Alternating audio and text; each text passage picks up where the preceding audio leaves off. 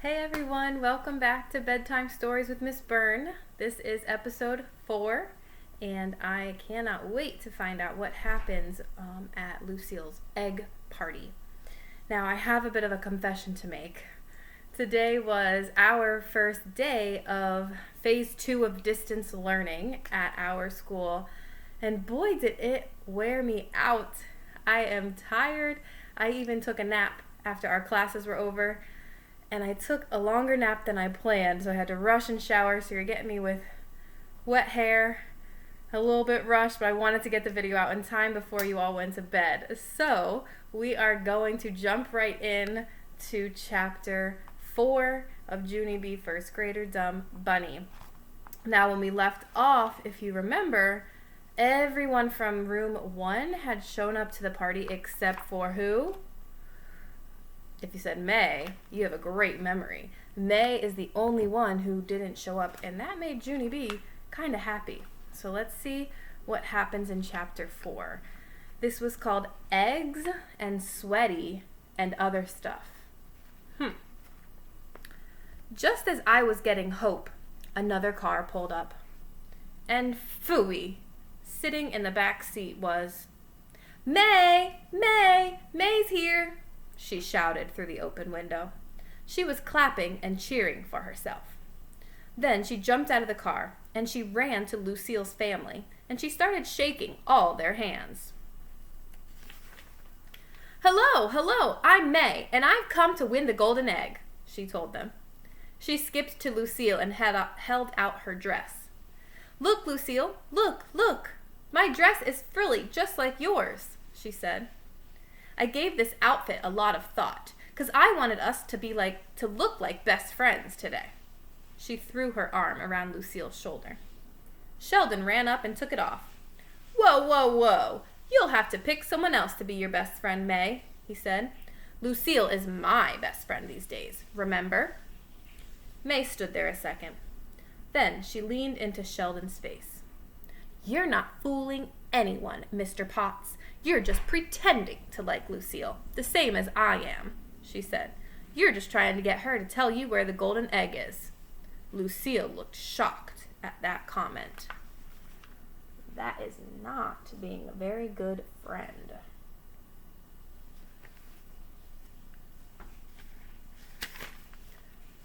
That's not true. Is it, Sheldon? You're not just pretending to like me, right? She asked. Because I told you before, I don't know where the golden egg is. My daddy hid it all by himself and he wouldn't let me peek. She glanced at her daddy, very annoyed. I tried to make him tell me where he hid it, Shelzy, but Daddy locked his lips and he threw away the key. Sheldon clenched his fists. Drat, the old invisible key trick, he said. I hate that one. Finally, he took a breath and calmed himself down. Then he patted Lucille very sweet. Don't worry, my springy little lamb, he said. I will still find the golden egg and win the play date. I'm positive I will. He lowered his voice kind of private. I'm wearing a lucky charm today, he said real soft. Lucille's mouth came open at that news. A lucky charm? She shouted. You have a lucky charm? What is it, Shelzy? What is it? Sheldon pointed down at his shirt. See that little egg dribble on my collar right there? He asked. That little egg dribble ran off my chin at breakfast. And look, Lucille, it landed on my collar in the exact shape of... He paused, real dramatic. An egg, he whispered. Lucille did a shiver. Ooh, Shelzy, that seems like magic almost, she said. Sheldon nodded. I know it, Lucille. It seems exactly like magic almost, he said. My grandpa Ned has had every shirt stain in the book, and he said that when egg dribble lands in the shape of an egg, it means... Sheldon swallowed hard. May the egg be with me. Lucille did another shiver. Sheldon smiled. With a magic egg shirt like this, I can't lose today, Lucille. I just can't. After that, he hurried over to the Nana, and he tried to show her his egg shirt, but the Nana backed up from him. Then she quick grabbed Lucille's daddy, and she said the words, "Do something." The daddy cleared his loud throat. "Boys and girls, may I please have your attention?" he said. "First, I would like to welcome you all to the party today." Lucille hopped in front of him. Yes, welcome to my party. And welcome to my giant house. And welcome to my big, huge yard, too. She bent down and touched the grass. "See how perfect the lawn is cut? Everyone," she said, "that's because we have a real professional gardener. On account of rich people don't know the first thing about yard work. Right, Daddy? Plus, rich people don't like to get our hands dirty." Everyone looked at Daddy's hands. He quick put them in his pockets. Lucille kept on talking.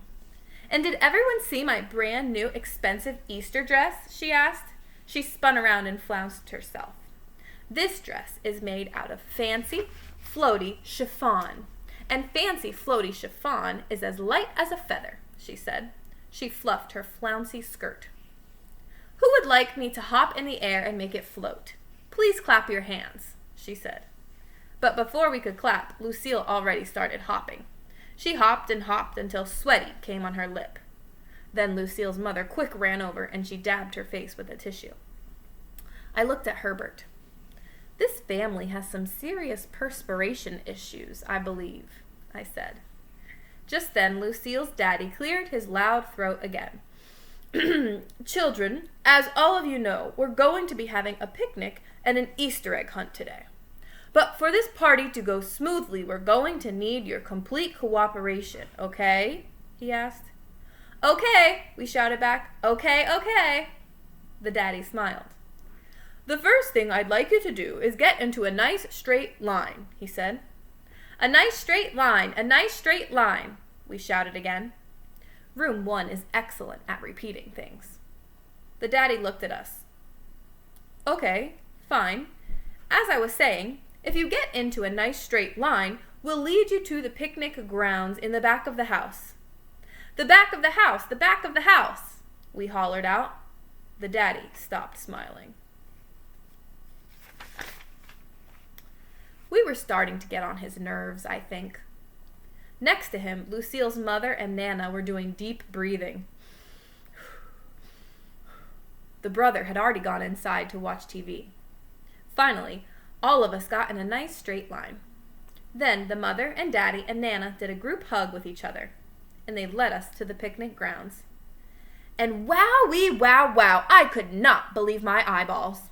Because on the way, we passed Lucille's hugey big swimming pool, and it was inside a big glass house. All of room 1 did a gasp at that sight. I ran to Lucille and hugged her around the middle.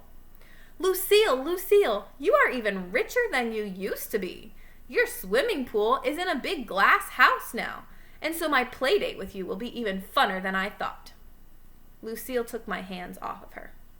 "Silly Junie B. Jones, you know the rules. If you want the play date, you're going to have to find the golden egg. And that's not going to be easy, because my boyfriend, Shelsey, is wearing a magic egg shirt," she said. She looked at Sheldon and did a wink. Sheldon winked back. May was watching the action. Hey, she grouched. "That better not be secret wink about the golden egg, 'cause if you're winking about the golden egg, I'm telling." She poked Sheldon with her finger. "I'm going to be watching every move you make, Sheldon Potts," she said. "I'm going to be all over you like a cheap suit." I did a frown at that comment. I do not know what a cheap suit means exactly, but here is what I do know. For the first time in my life, May was right, I think. Whoever wanted to find the golden egg could not let Sheldon out of their sight. All right, that is the end of chapter 4. We're getting closer, but they're making us wait. We gotta be patient to find out who's gonna find the golden egg. You guys have any ideas? Ooh, I don't know. I hope Junie B does, but we'll see. All right, so chapter 5 tomorrow night will be the jelly bean game. Looks like we have to wait a little more before the egg hunt, but that sounds pretty interesting. All right. Well, thank you again for joining me for episode 4, chapter 4. We're moving right along. So I will see you back tomorrow night, hopefully for chapter 5. Good night, everyone.